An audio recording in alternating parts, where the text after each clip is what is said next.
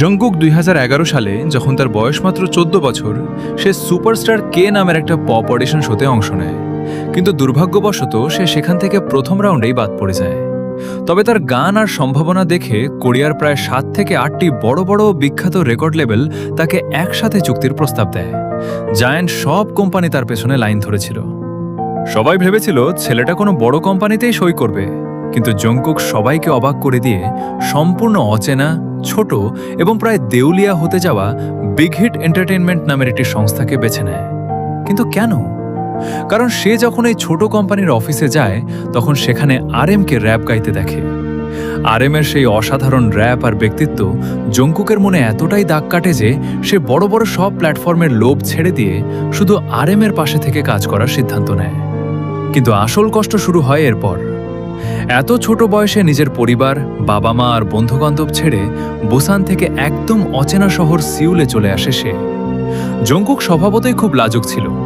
অবস্থা এমন হয়েছিল যে সে এত লজ্জা পেত আর ভয় পেত যে ট্রেনি হিসেবে গান গাইতে পারত না।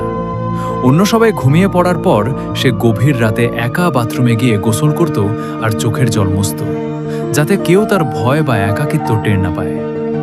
নাচে আরও পারফেক্ট হওয়ার জন্য কোম্পানি তাকে আমেরিকায় পর্যন্ত পাঠায়।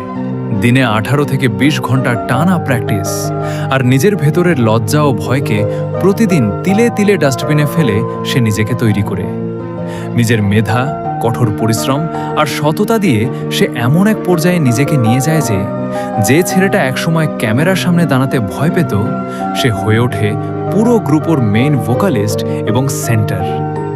পরবর্তীতে বিটিএস এর সিইও নিজেই তাকে গোল্ডেন মাকনে অর্থাৎ সর্বগুণে গুণান্বিত ছোট সদস্য উপাধিতে ভূষিত করেন। আজ জঙ্কুক পৃথিবীর বুকে ইতিহাস করেছে। সোলো আর্টিস্ট হিসেবে গ্লোবাল চার্ট কাঁপানো থেকে শুরু করে কোটি কোটি মানুষের ক্রাশ হওয়া, সবই তার সেই আত্মত্যাগের ফসল। জঙ্কুকের এই গল্প আমাদের শেখায় উৎপত্তি কতটা ছোট বা কষ্টের ছিল সেটা বড় কথা নয়।